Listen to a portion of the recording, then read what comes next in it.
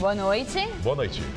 Doleiro Alberto Youssef diz que Dirceu e Vacari eram indicados para receber propina pelo PT. Preso na Itália, o ex-diretor do Banco do Brasil, Henrique Pisolato. Extradição agora depende de decisão política. Sobe o número de mortos do navio plataforma que explodiu ontem no Espírito Santo. 4 pessoas continuam desaparecidas.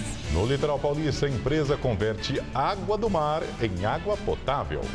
Carnaval 2015, padres comandam ensaios de escola de samba que vai desfilar no AMB. E será velado amanhã o corpo da artista plástica Tomi Otaki. Ela morreu hoje aos 101 anos.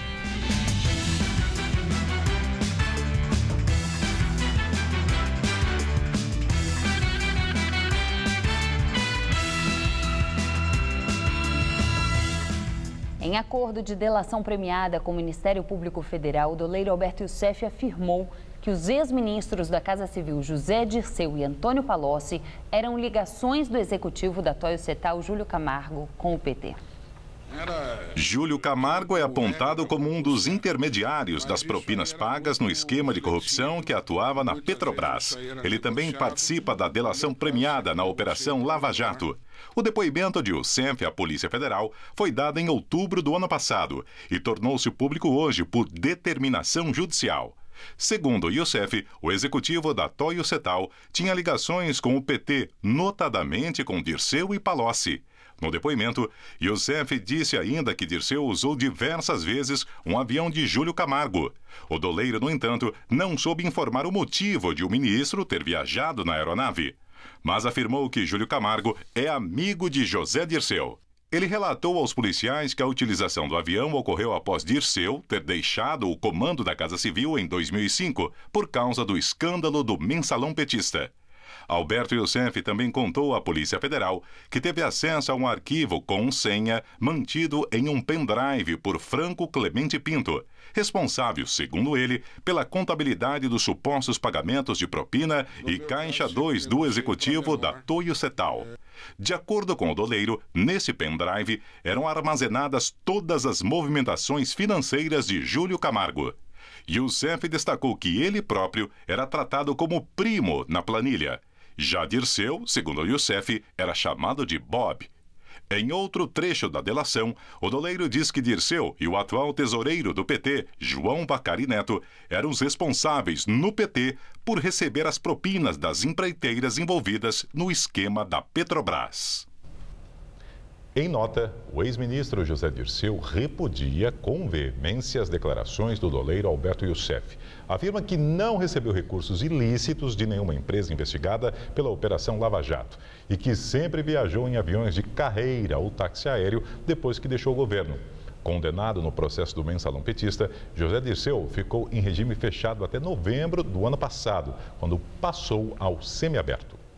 Também em nota, o tesoureiro do PT, João Vacari Neto, nega que tenha recebido qualquer quantia em dinheiro por parte de Alberto Youssef e afirma que são mentirosas as afirmações do doleiro.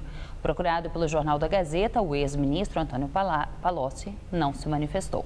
E também foi divulgada a íntegra da delação premiada do ex-diretor da Petrobras, Paulo Roberto Costa. Em depoimento, ele admite recebimento de propina e diz que ex-líder do governo Dilma na Câmara também recebeu dinheiro. Segundo Paulo Roberto Costa, o ex-deputado Cândido Vacareza do PT teria recebido propina de R$400 mil. O dinheiro seria por um contrato de importação de asfalto. Costa disse que foi informado da propina ao político em uma reunião no ano de 2009 ou 2010, na residência de um lobista no Rio de Janeiro. O ex-diretor da Petrobras também admitiu ter recebido $192 mil em propina na Suíça pelo contrato. Atualmente, Paulo Roberto cumpre prisão domiciliar no Rio de Janeiro. O ex-deputado Cândido Vacareza negou ter recebido valores ilícitos. Ele não foi reeleito na eleição do ano passado.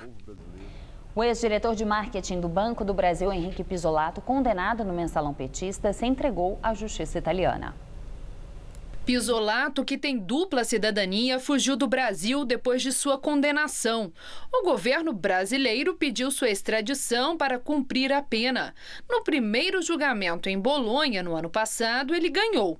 Mas houve recurso e agora ele perdeu na Corte de Cassação de Roma, a cúpula do Judiciário da Itália.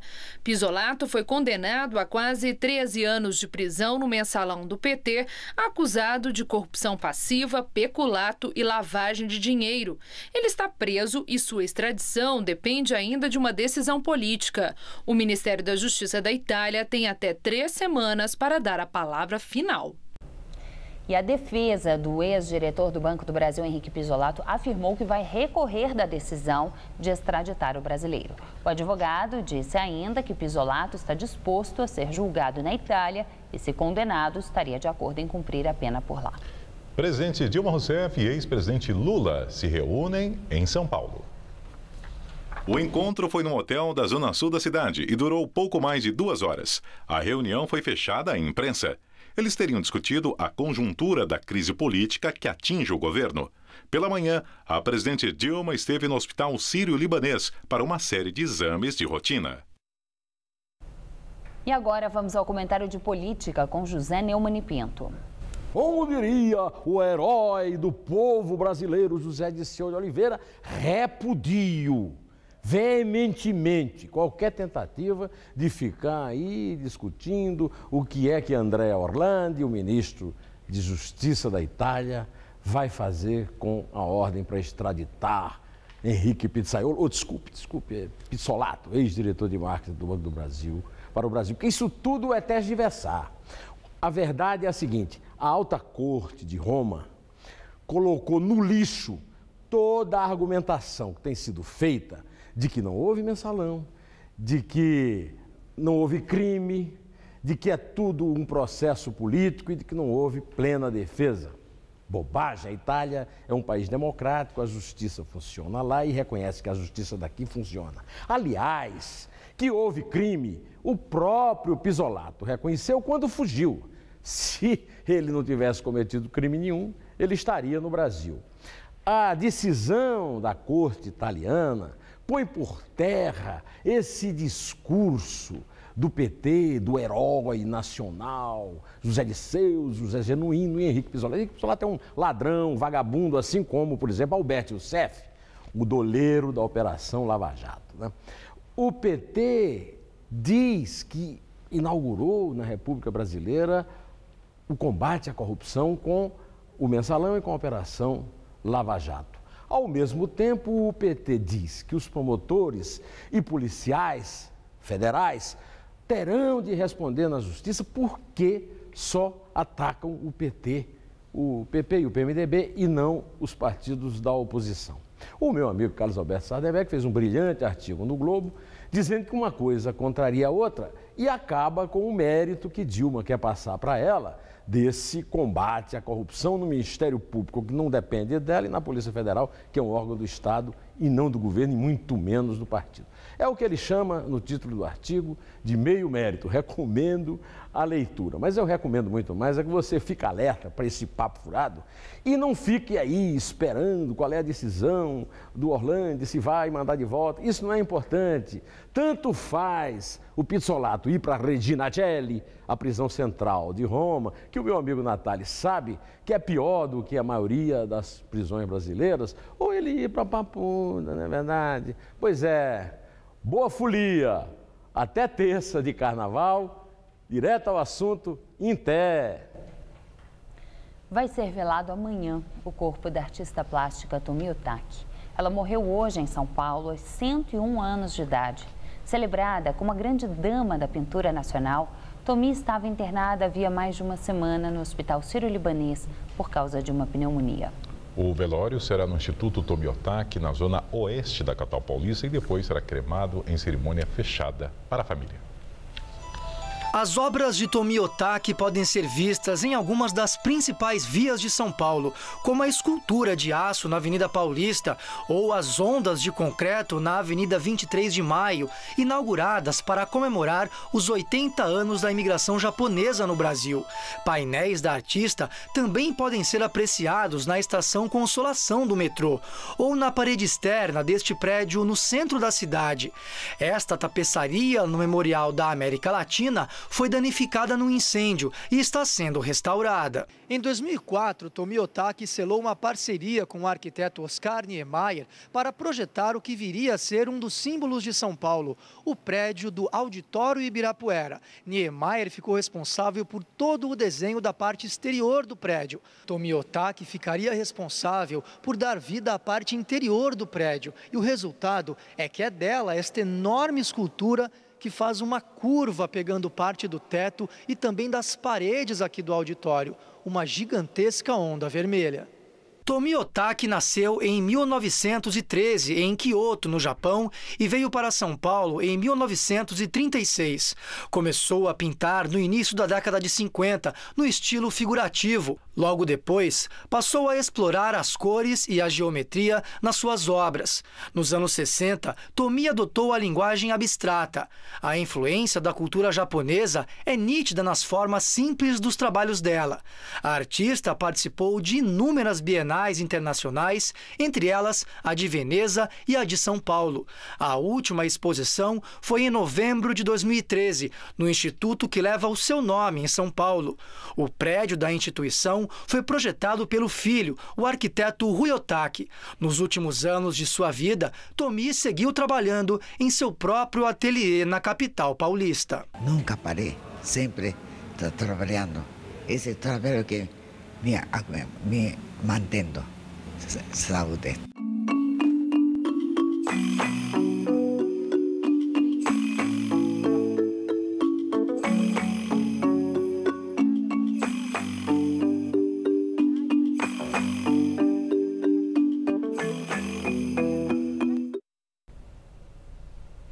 Sobe para 5 o número de mortos na explosão do navio plataforma a serviço da Petrobras no litoral do Espírito Santo. 25 pessoas ficaram feridas, 14 delas foram hospitalizadas, mas 7 já tiveram alta. Outras 4 ainda estão desaparecidas. O Corpo de Bombeiros trabalha à procura dos desaparecidos na casa de bombas do navio, onde aconteceu o vazamento de gás que levou à explosão. Foi lá que mais 2 corpos foram encontrados hoje, de acordo com o Sindicato dos Petroleiros. A embarcação está sem energia, o que dificulta o resgate. O navio já foi totalmente esvaziado e teve suas operações suspensas, segundo a BW Offshore Brasil. A empresa é dona do navio plataforma FPSO Cidade de São Mateus, contratado pela Petrobras para prestar serviços nos campos de Camarupim e Camarupim Norte, próximos às cidades de Aracruz, no litoral norte do Espírito Santo. A explosão aconteceu ao 12h50 de ontem. Segundo a Agência Nacional do Petróleo, 74 pessoas estavam a bordo na hora do acidente. Os feridos foram levados de helicóptero ao aeroporto de Vitória e de lá seguiram de ambulância para hospitais da Grande Vitória. A ANP também garantiu que não houve vazamento de óleo no mar. A Agência Marinha do Brasil investiga o caso. A empresa BW Offshore está mantendo alguns funcionários do navio e os familiares das vítimas hospedados em hotel em Vitória. Eles estão sendo atendidos por assistentes sociais. Nesta tarde, o ministro de Minas e Energia, Eduardo Braga, disse que a diretora de abastecimento e gás da Petrobras já foi ao local e que ele aguarda um relatório sobre o acidente. No litoral paulista, uma empresa retira o sal da água do mar para torná-la potável. Mas o comércio não é feito por aqui porque a legislação brasileira ainda não permite. No Brasil, já se estuda essa possibilidade desde 1970. O processo tem um custo muito alto. A água do mar é captada num barco a 10 quilômetros da costa. De caminhão, chega até os tanques da fábrica, onde passa por um processo de tratamento com cloro. E já sai da torneira também filtrada. está salgada ainda. Ela está salgada. O processo que retira o sal da água do mar acontece depois, no laboratório da fábrica. Foi desenvolvido por um brasileiro que fez adaptações na máquina dessalinizadora fabricada nos Estados Unidos. A intenção foi retirar também o excesso de outros minerais, porém preservando uma quantidade considerada benéfica ao organismo. E aí, segundo o empresário, estaria a vantagem sobre a água mineral comum. Eu ofereço para você 63 tipos, no mínimo, de outros sais. Uma água mineral normal? Uma água mineral normal tem por volta entre 12 e 15 minerais. Sem o cloreto de sódio, que é o sal de cozinha, o gosto fica bem parecido com a água retirada de uma fonte mineral tradicional. Só que para deixar a água do mar desse jeito custa bem mais caro. A estimativa da empresa é de que uma garrafinha de 500 ml chegue ao mercado pelo dobro ou até por 3 vezes o preço da água convencional. Eu não colho e coleto a água na sua nascente, como é uma água mineral tradicional, que o envasador só tem o trabalho de pegar a água e envasar. Eu tenho que ir até o alto mar, trazer a água para a nossa planta, processá-la antes de que ela esteja pronta para envasar. Tudo isso tem custo. A estação experimental de tratamento em Bertioga, no litoral norte, tem capacidade para produzir 16 mil litros por dia. Mas a empresa ainda aguarda a autorização da Anvisa para começar a vender a água dessalinizada. A alternativa chegou a ser cogitada pelo governador Geraldo Alckmin para amenizar a crise hídrica na região metropolitana. Mas ontem Alckmin considerou que a altitude e a distância podem inviabilizar a ideia. Se nós estivéssemos em beira-mar, né, em Santos, Rio de Janeiro, Salvador, seria bastante factível. O problema a 700 metros de altura é o custo, que vai ter que dessalinizar e transportar para São Paulo. E a chuva tem elevado o nível do sistema Cantareira. A quantidade de água armazenada aumentou pelo 9º dia nesse mês de fevereiro. De acordo com o boletim divulgado nesta quinta-feira, o nível do sistema subiu de 6,4% para 6,7%. Essa é a maior elevação desde o início da crise. O nível do reservatório Alto Tietê opera com 13,3%. A represa de Guarapiranga atualmente está com 55,2% de sua capacidade, enquanto o reservatório Alto Cotia opera com 34,3%. Depois de mais um dia típico de verão, os meteorologistas já começam a prever mudanças no tempo com a chegada de uma frente fria vinda lá do sul do país. E o carnaval promete ser chuvoso, Ju. Vamos ver em detalhes a previsão para amanhã em todo o estado de São Paulo com Mariana Armentano. A sexta-feira promete calor e pancadas de chuva entre a tarde e a noite. Na hora dos desfiles das escolas de samba, pode chover de forma moderada. A sexta-feira já começa quente, o sol brilha forte entre algumas nuvens em todas as regiões paulistas. As temperaturas disparam durante a tarde e até o final da noite pode chover forte, já que além do calor e da alta umidade do ar, começamos a ter a influência da frente fria que vem do sul do país. A máxima amanhã chega aos 35 graus em Votuporanga, 34 na cidade de Ribeirão Preto e Araraquara, e no litoral do estado vai fazer um calorão de 35 graus amanhã. Para toda a Grande São Paulo, há previsão de chuvas localizadas. E a partir de sábado, as pancadas devem vir a qualquer hora do dia com a chegada dessa frente fria. Nessa madrugada aqui na capital, mínima de 21 e máxima à tarde na casa dos 32 graus. Nos sábados de carnaval, o tempo fica mais chuvoso e a máxima cai para 29 graus. No domingo, a temperatura cai ainda mais, máxima prevista de 27 graus, com períodos de sol intercalados com chuvas. Das igrejas para as quadras de samba, padres apaixonados pelo carnaval comandam os ensaios da escola de samba Dom Bosco, que sempre recebeu o apoio dos fiéis e da comunidade. Este ano disputa no AMB o título do Grupo 1 do Carnaval de São Paulo. Antes da missa, na hora de colocar a batina, o canto já é diferente. Se o samba chamar, eu vou, minha escola canta, com fé eu vou. Os padres Rosalvino e Renato celebram a missa normalmente, mas já a gente mostra que essa dupla de R's comanda alguns fiéis bem mais barulhentos. Antes, o padre Rosalvino explica que samba não tem nada de pecado. Samba é alegria, samba é fé, samba é o povo reunido, mas de uma maneira que até religiosamente o samba nos inspira a beleza de Deus. E já que não tem pecado nenhum, o padre é apaixonado por carnaval. Na época em que surgiu a ideia de montar uma escola de samba na igreja, ele conta que teve de provar para o bispo que valia a pena. Ele chegou, quando viu todo aquele povo reunido, a criançada alegre e feliz, ele falou: você é um louco parecido com o tal de Dom Bosco, que é o nosso fundador, que tinha todo esse jeito de lidar com a rapaziada. E é depois da missa que o Siriguidum começa. Daqui de fora já dá para escutar a batucada. E neste ano, ao menos 1.000 integrantes pretendem ganhar o carnaval lá no AEMB. A escola de samba Dom Bosco começou como bloco do padre no início dos anos 80. Hoje, eles se preparam para disputar o título do Grupo 1 do Carnaval de São Paulo e vão desfilar na madrugada de segunda para terça-feira. Já passamos pelo Grupo 3, 2, 1, agora acesso. E pelo jeito temos condições, viu? Ué, mas o tradicional não é a igreja ter um coral em vez de escola de samba? É um coral diferente, mais barulhento, mas não deixa de ser um coral. E a gente não deixa de louvar a Deus. Se o samba chamar, eu vou. Escola de canta com fé e louvor.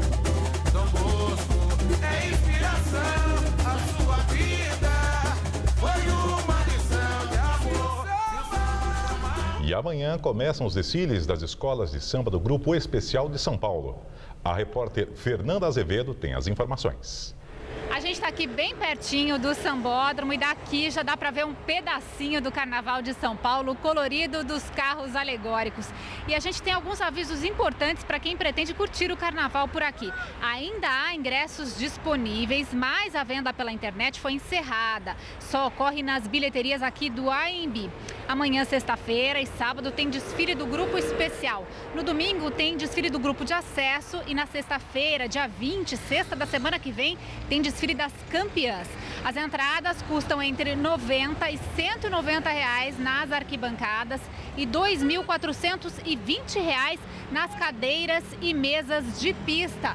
Quem vier curtir o carnaval por aqui é bom que venha de transporte público, porque a partir de amanhã a CET faz um esquema especial com bloqueios de trânsito aqui na região e esse esquema especial vai até terça-feira, quando acontece a apuração do Carnaval de São Paulo. A seguir, depois de uma maratona de 16 horas de negociações, a cúpula de paz para a Ucrânia chega a um acordo de cessar-fogo. Na Espanha, explosão em fábrica de produtos químicos tinge o céu de laranja. Uma enorme nuvem se espalhou e assustou a população. Varicel Comprimidos, o produto mais vendido para o tratamento das varizes, apresenta agora Varicel Creme. Varicel Creme não é um simples creme para as pernas. Varicel Creme melhora a circulação nas pernas, aliviando as dores e a sensação de peso e cansaço provocados pelas varizes. Varicel Creme age profundamente e, comparado a outros cremes para varizes, é muito mais eficaz. Agora, com Varicel Comprimidos e Varicel Creme, você tem um tratamento completo contra as dores nas pernas. Se você quer estudar jornalismo, relações públicas, publicidade e propaganda ou rádio, TV e internet, a Faculdade Casper Liber é o seu lugar. Quer conhecer? Eu te levo! Aqui a gente aprende na sala de aula e também em laboratórios de rádio, fotografia, edição de imagens e estúdios de TV. Você também pode colaborar em revistas, sites, programas de TV e rádio laboratoriais. E tem oportunidade de estágio dentro da Fundação Casper Liber. São mais de 60 anos de tradição numa localização incrível. Faculdade Casper Libero, formando os melhores profissionais da comunicação. Quer saber mais? Acesse nosso site. Varicel Comprimidos, o produto mais vendido para o tratamento das varizes, apresenta agora Varicel Creme. Varicel Creme não é um simples creme para as pernas. Varicel Creme melhora a circulação nas pernas, aliviando as dores e a sensação de peso e cansaço provocados pelas varizes. Varicel Creme age profundamente e, comparado a outros cremes para varizes, é muito mais eficaz. Agora, com Varicel Comprimidos e Varicel Creme, você tem um tratamento completo contra as dores nas pernas. De gota em gota, São Paulo economiza. Para economizar água, eu estou usando a água da máquina de lavar roupa para lavar a área externa do meu apartamento, que mesmo sem morar numa casa que tem um grande quintal, eu consigo fazer essa economia também. A Regiane está fazendo a parte dela. Vamos economizar juntos? Varicel Comprimidos, o produto mais vendido para o tratamento das varizes, apresenta agora Varicel Creme. Varicel Creme não é um simples creme para as pernas. Varicel Creme melhora a circulação nas pernas, aliviando as dores e a sensação de peso e cansaço provocados pelas varizes. Varicel Creme age profundamente e, comparado a outros cremes para varizes, é muito mais eficaz. Agora, com Varicel Comprimidos e Varicel Creme, você tem um tratamento completo contra as dores nas pernas. Hoje no Todo Seu, Rony Fon recebe convidados especiais. Vou bater um papo com os atores Marta Noel e Carlos Messene, de uma série que fez muito sucesso na TV nas últimas semanas. E ainda vem aí Maria Alcina, que vai conduzir brilhantemente o musical da noite. Estou aqui te esperando. Todo Seu, hoje, 10h30 da noite.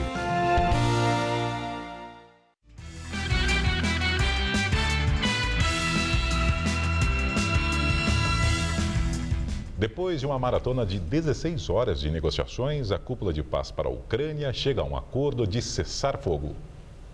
Os líderes da Alemanha, França, Rússia e Ucrânia passaram a noite no Palácio da Independência, em Minsk, a capital de Belarus. O presidente russo Vladimir Putin anunciou um acordo sobre as questões principais.